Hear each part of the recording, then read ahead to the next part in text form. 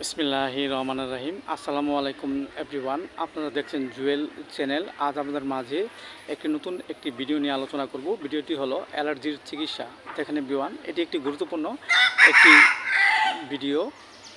Allergy একটি চর্মরোগ। এই রোগ দেখা যাচ্ছে যে আমাদের সকলের মাঝেই কম বেশি দেখা দেয়। ইয়া হওয়ার বিভিন্ন কারণ হয়ে থাকে। এর মাঝে কিছু উল্লেখযোগ্য কারণ হলো, যেমন দেখা যাচ্ছে যে আমাদের হিউম্যান বডিতে অনেক সময় অত্যধিক পরিমাণে ধুলোবালু যদি প্রবেশ করে, এর ফলে অনেক সময় আমাদের মাঝে এই অ্যালার্জি রোগটি হতে পারে। আবার দেখা যাচ্ছে যে আমাদের বিভিন্ন খাবার থেকে আমাদের মাঝে এই অ্যালার্জি রোগটি হতে পারে।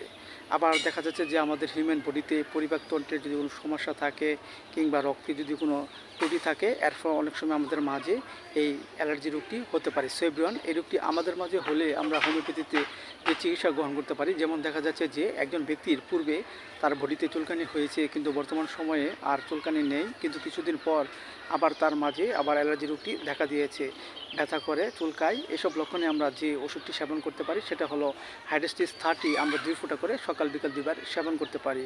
আবার দেখা যাচ্ছে যে একজন ব্যক্তির বডিতে যদি কিছু বর্ণ হয় এবং বর্ণটি গোলাকার হয় এবং দেখতে অনেকটা গোলাপি রঙের হয়, প্রচুর চুলকায়, ব্যথা করে, এসব লক্ষণে আমরা হোমিওপ্যাথিতে যে ওষুধটি সেবন করতে পারি সেটা হলো অ্যাপেসমেলো 30।